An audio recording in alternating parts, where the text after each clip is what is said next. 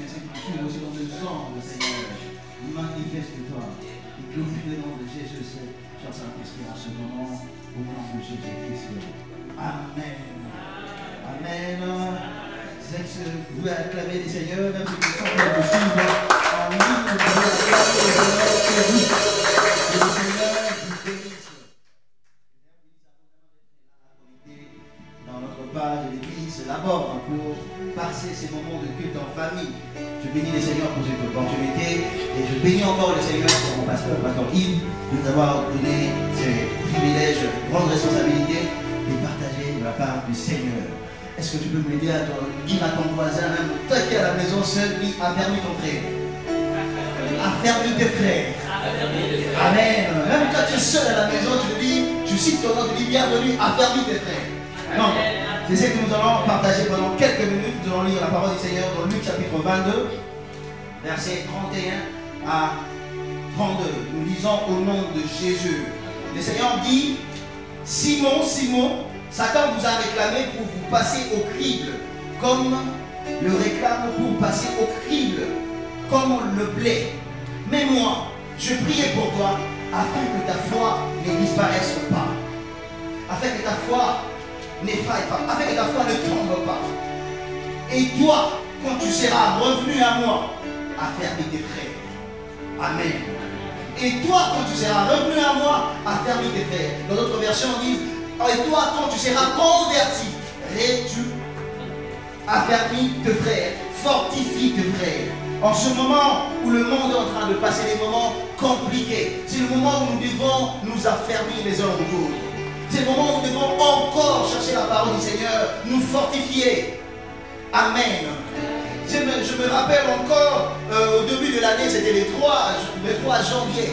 Je pense que c'était la première prédication du vendredi. La confiance du pasteur m'a demandé de partager la parole. On avait parlé sur garde les dépôts. Je voulais dire à quelqu'un, c'est le moment d'utiliser les dépôts.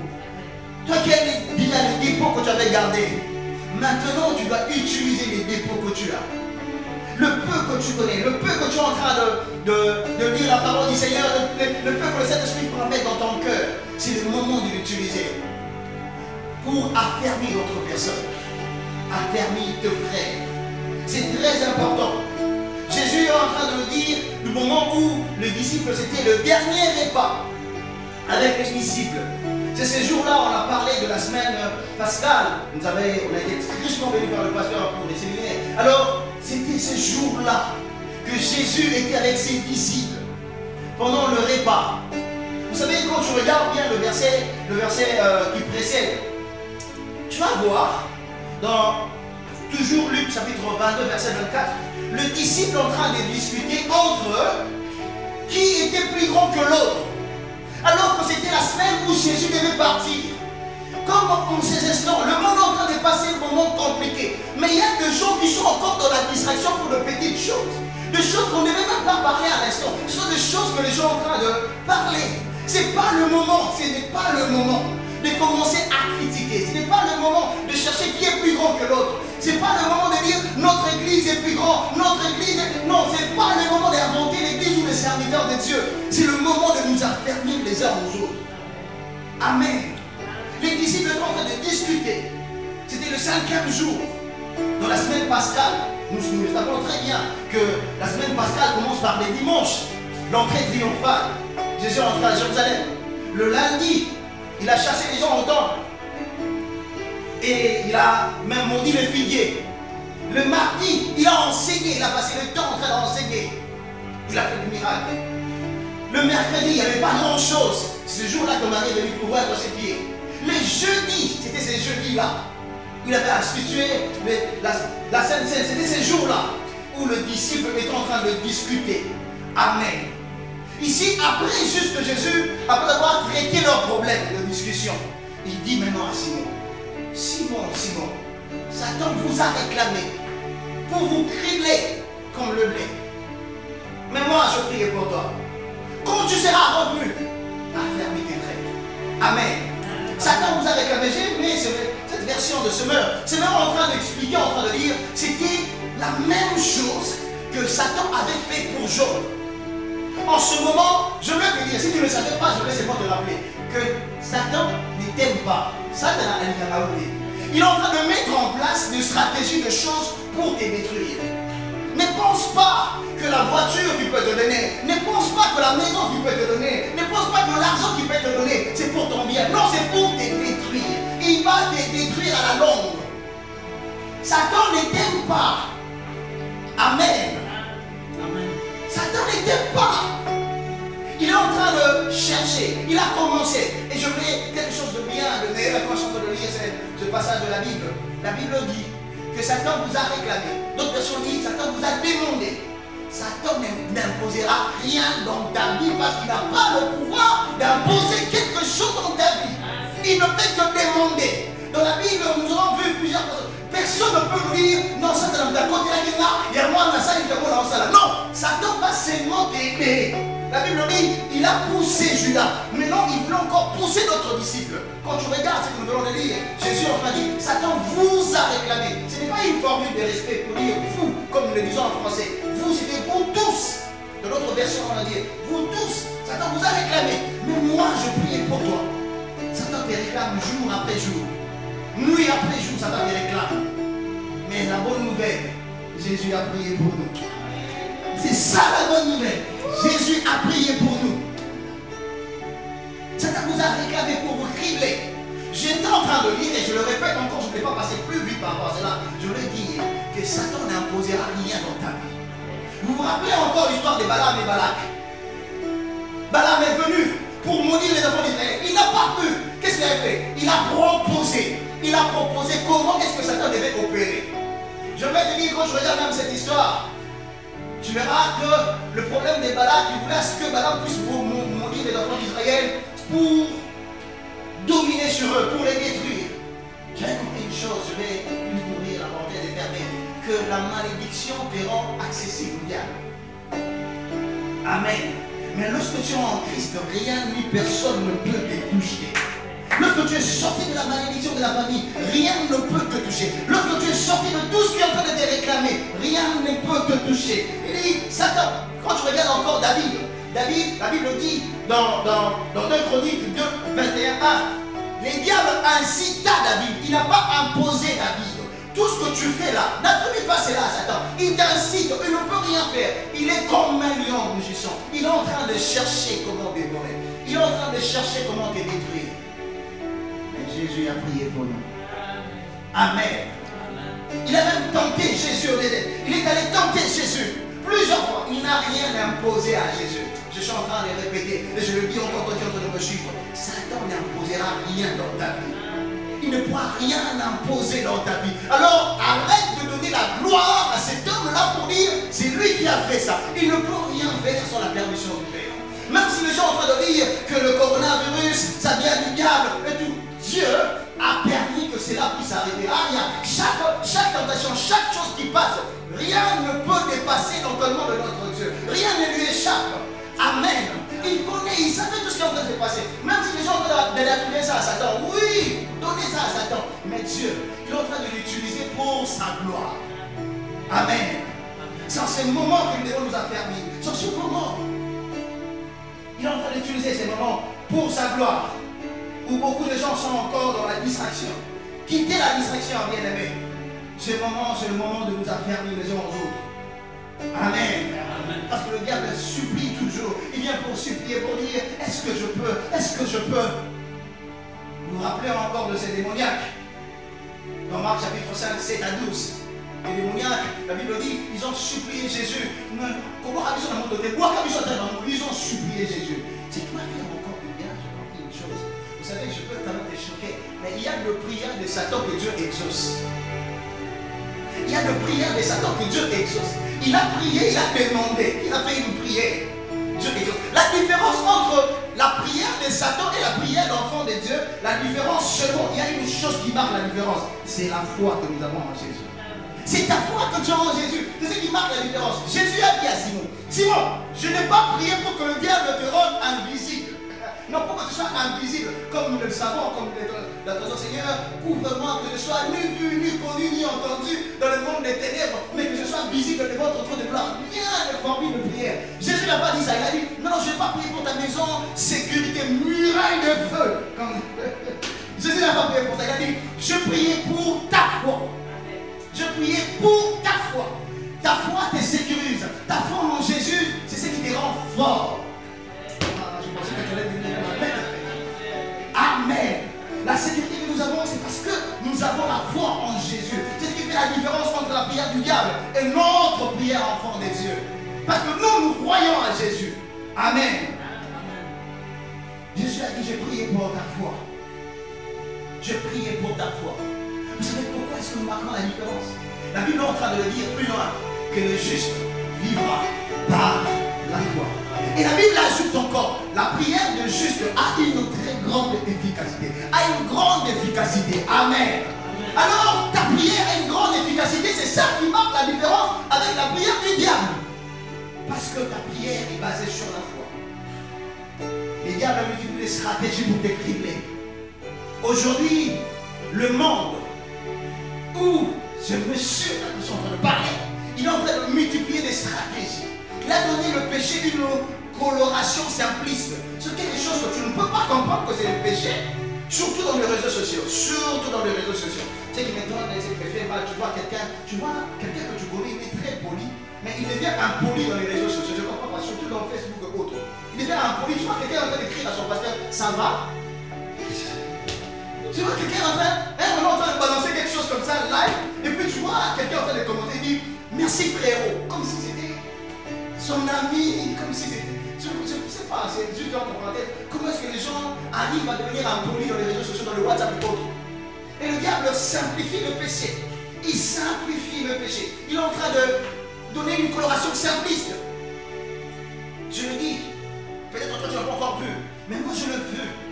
La première fois que j'avais vu cette application, je vais vous dire deux films que je viens de voir il n'y a pas longtemps. Vous savez, de l'histoire qu'on voyait dans les films, on disait ah ça ne va pas se faire. On voyait dans les films les taxis Edge ou autre chose. On voyait des films qui parlent, de voitures qui marchaient seules et tout.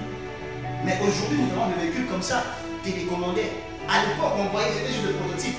Mais aujourd'hui, ça existe. L'histoire que nous voyons dans les films, apparemment, ça nous annonce ce qui va arriver. J'ai vu deux films où le diable est en train de passer par les téléphones pour posséder les gens.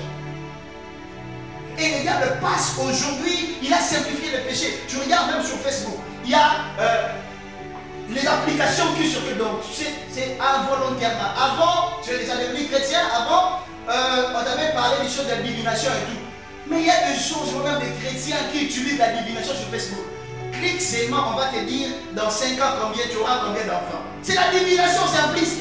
Oh, on te propose 5 pieds cités. Clique seulement, on va te montrer tes pieds, on va te dire ton caractère. Non, ça c'est quoi ça? Ce sont des divinations qu'on est en train de voir avant. C'est les mandona qu'on doit te dire ton avenir dans 2, dans 3, dans 4 jours. Et je vois les enfants de Dieu, c'est laissé dans ça. Clique seulement, l'application va te dire quelle maison tu auras. Non, notre plan, Dieu a un plan merveilleux pour nous. On n'a pas besoin de Facebook pour nous dire qu'est-ce qu'il doit devenir. Nous sommes en Christ. Jésus a tout tracé à plein de pour nous. Amen. Amen. Le diable a simplifié les péchés. Ça passe par les applications. Je veux vous dire, je voyais ça comme ça. Et quand je regardais ce film-là, j'ai compris que le diable passe. J'ai vu un film où ça s'appelle Nécronique, où le diable passe par une application pour consommer ou tirer le pouvoir des armes. Quand tu es en train d'utiliser l'application pour tuer les démons, mais lui il profite de ça pour te tuer. Il y a encore une autre application en ligne, le film, le titre c'est l'application de la mort.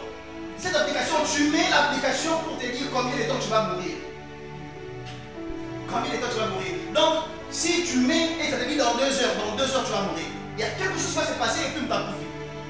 Ce que j'avais trouvé bizarre dans ce film-là, c'est que le païen ou le vieux païen, on peut mettre la salle. Sur l'application, on a même si on a 80 ans. Ça dit, aux ans, il y a pas de on n'a plus besoin de t'attaquer. Mais c'est jeune, si c'est un jeune, mais c'est mon dit dans 2 heures, dans 3 heures. Le diable te cherche, il ne laissera pas de te chercher, il te cherche.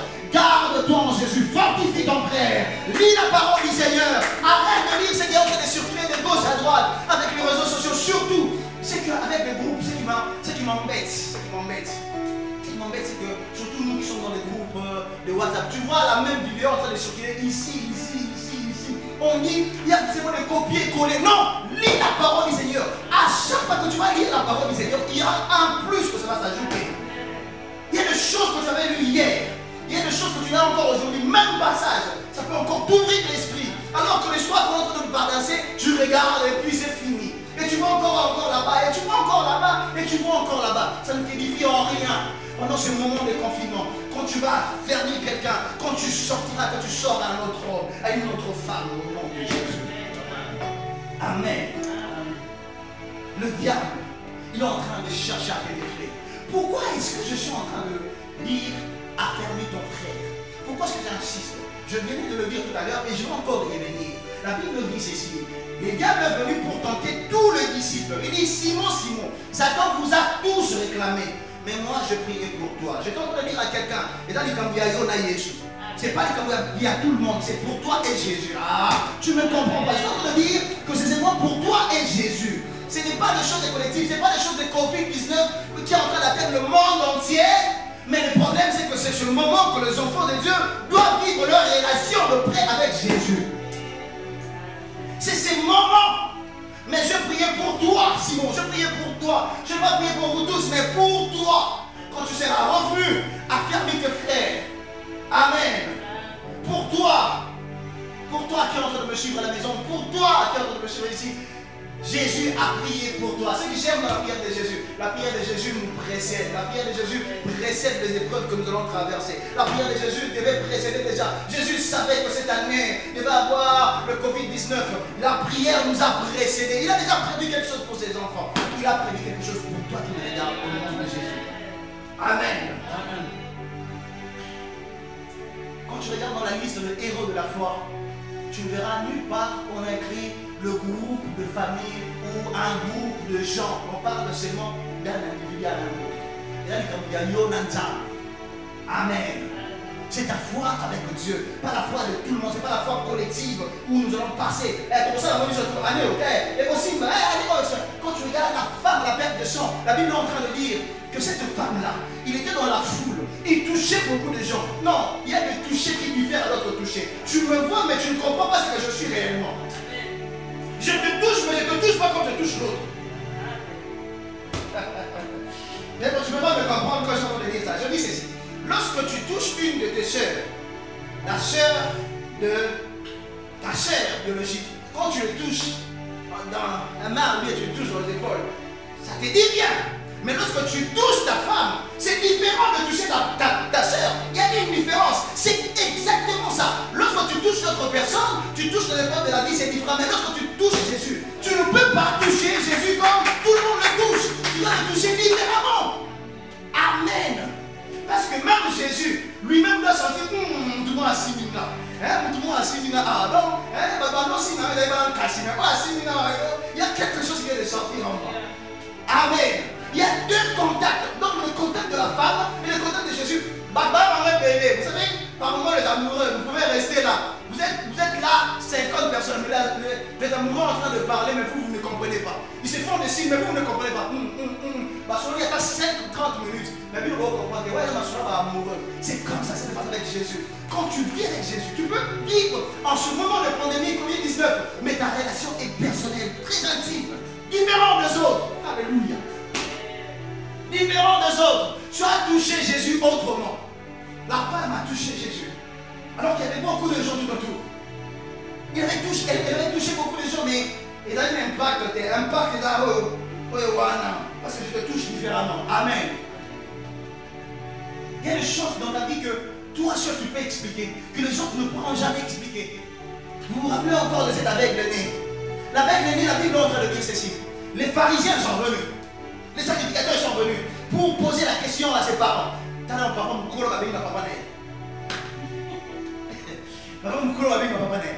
ont posé la question à ses parents ils ont posé 3 questions. Les parents étaient à même de répondre 2 questions. Mais la 3e question, ils ne pouvaient pas répondre parce que la Bible dit qu'ils avaient peur des pharisiens. Ils ont posé 3 questions successives. Ils ont dit, est-ce que c'est votre fils? C'est comme ça qu'il est né. Et comment il voit maintenant? 3 questions directement. Est-ce que c'est votre fils? Est-ce que c'est comme ça qu'il est né? Et comment il fait ce qu'il voit maintenant? Alors, les parents sont venus. Ils pouvaient répondre seulement dans 2 questions. Ils ont dit, oui, c'est notre fils. C'est comme ça qu'il est né. Mais en ce qui concerne comment il a vu, là, ça ne nous concerne pas. Il est trop grand pour répondre. Il est grand pour répondre. Nous ne pouvons pas. Il y a des choses dans ta vie que d'autres personnes ne pourront pas répondre. Surtout ce qui s'est passé, toi et Jésus. Personne ne pourra pas le répondre. Et les guides, on est là qui ont pas quitté. Ça se passe en coulisses avec Jésus.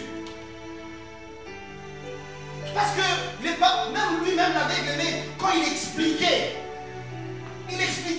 son explication était différente par rapport à cette. Quand tu veux regarder, c'est dans le livre de Jean, chapitre 9, 20 à 21. Tu verras l'histoire. L'aveugle né. Lui-même, il pouvait expliquer avec des détails. Il a dit, tout ce que vous êtes en train de me dire là, on a posé la question, on dit, est-ce que elle est en train de discuter pour savoir s'il était vraiment un prophète, ou il était seulement un homme de Dieu, il dit, regarde, tout ce que vous êtes en train de dire là, ça me concerne, parce que moi je sais. J'étais aveugle, maintenant je veux. C'est que toi tu sais, avant tu étais empirique, maintenant je deviens enfant de Dieu. C'est que toi tu sais, avant tu étais volé, maintenant tu es devenu enfant de Dieu. C'est que toi tu sais, c'est ton expérience personnelle avec Jésus. C'est ce que toi tu sais. Amen. Vous voyez, quand je parle de ça, par moment j'ai tendance à revenir pour dire pourquoi est-ce que c'est avec le nez. Il y avait beaucoup de gens qu'on pouvait appeler, mais pourquoi c'est moi qu'on avait appelé ses parents, lui qui était déjà vieux. Ne néglige pas tes parents. Amen. Ne néglige pas les membres de ta famille. Parce que il y aura le moment où tu auras besoin d'eux. Il y aura besoin. Même si tu as mis tout, tu auras la confirmation.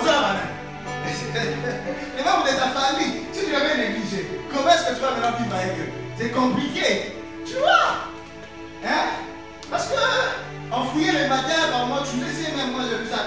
Ici, on le voit souvent les amis qui vivent dans de grandes villes, il y a trop de mouvements. Ça se passe. Tu vois quelqu'un qui se réveille le matin à 5 h pour rentrer à 23 h et chaque jour comme ça. Au moins, il n'a même pas le temps de voir ses enfants, voir sa femme et tout. Surtout, ça ne va pas aller dans mon ciné. Et comme il ça va être à 5 h 30, à 4 h 45. Donc, à qui est sur heure avant de soit avant. Et puis, ça va être à 23 h avant à minuit.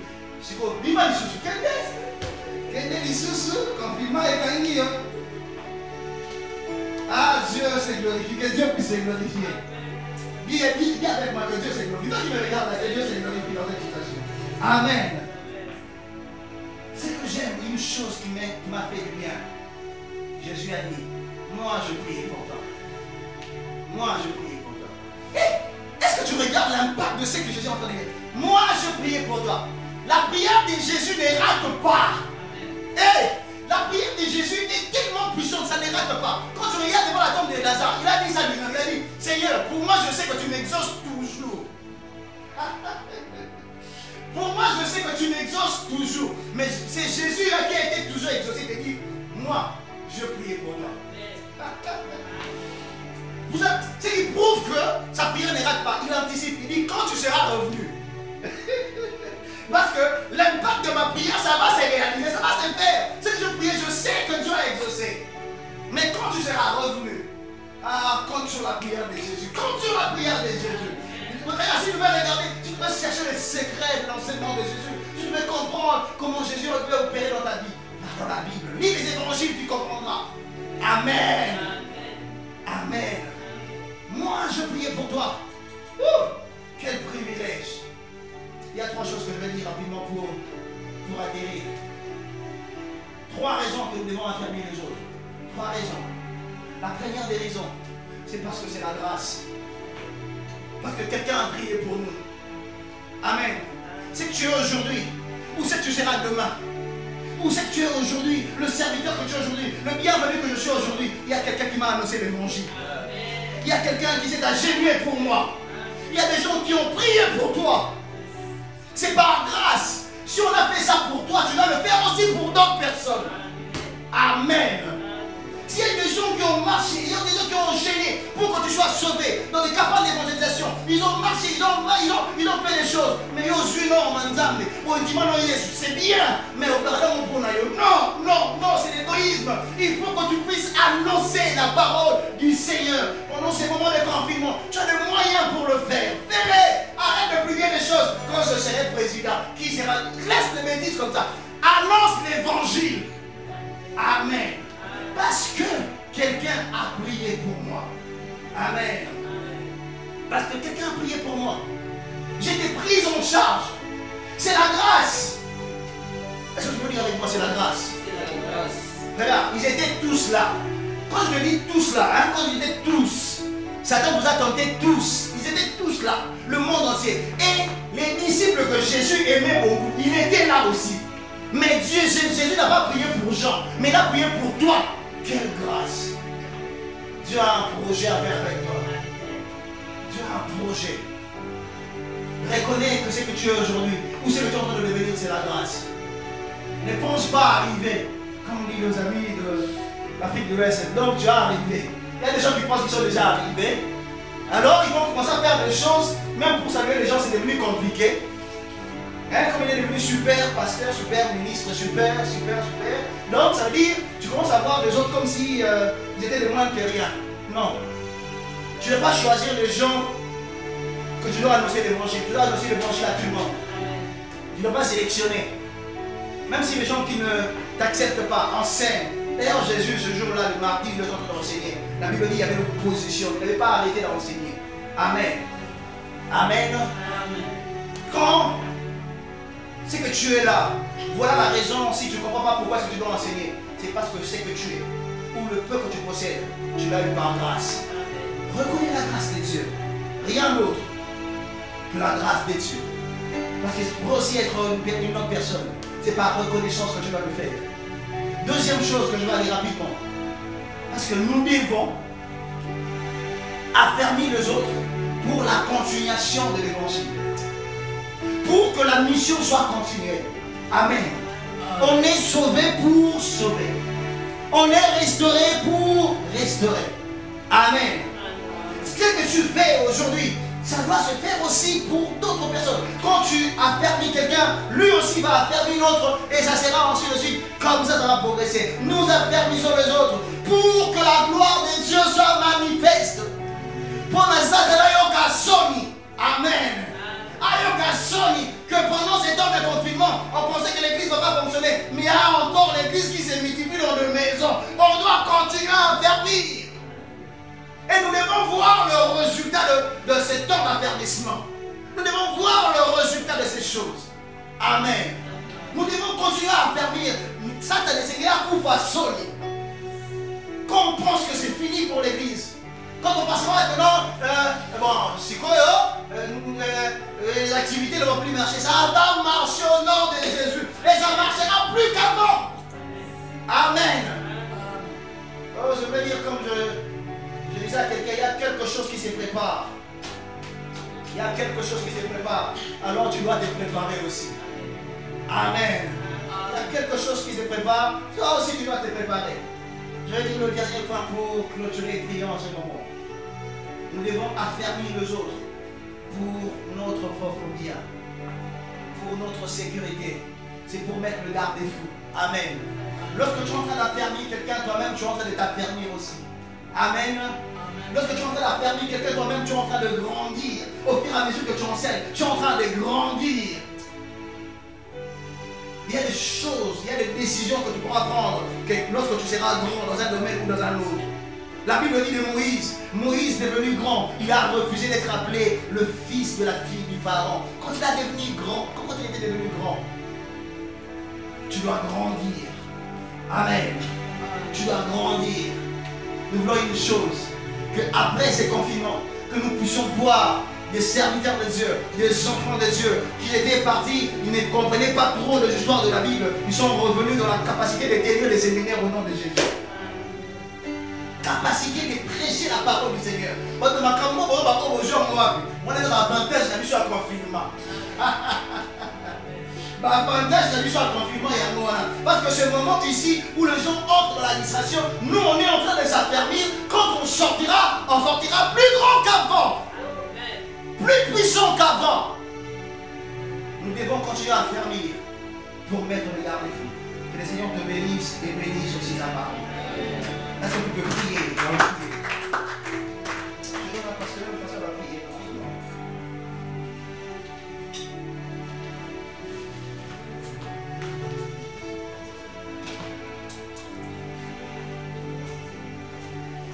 Affermis tes frères.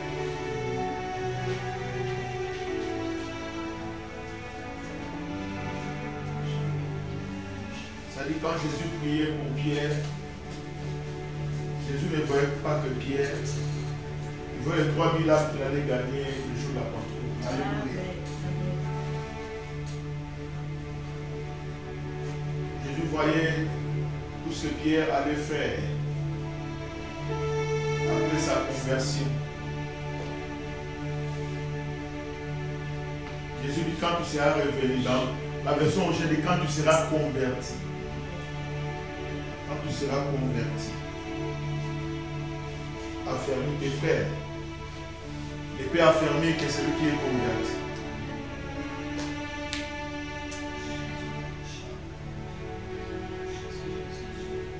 Jésus a pris 3 ans durant pour affermir les disciples. Il veut aussi que les disciples aient continué ce travail d'affermissement. Mais que nous puissions prier. Puissions prier. Nous sommes ce que nous sommes par la grâce de Dieu. Dieu veut la continuité de son œuvre. Vous savez, l'œuvre de Dieu est comme un film dont Dieu est le réalisateur. Le seul réalisateur a plusieurs acteurs. La même histoire qu'il a commencé depuis Abraham. Le même réalisateur, mais plusieurs acteurs ont déjà joué dans ce film. Si nous sommes ce que nous sommes aujourd'hui, c'est parce que nous avons été affermis un jour. Quand tu seras converti, affermis tes frères. Affermis tes frères. Peut-être que tu ne sais pas affermi parce que tu n'es pas converti. Si tu n'as jamais donné ta vie à Jésus, où que tu sois, donne ta vie à Jésus. Cherche à te convertir. Ouvre ton cœur. Invite Jésus. Et quand Jésus va entrer, ce qui n'est pas de Jésus va sortir. Affermis tes frères. Quand Jésus priait pour Pierre, Jésus voyait c'est lui auprès de qui va laisser les clés. Il dit à Pierre, je te donne les clés du royaume.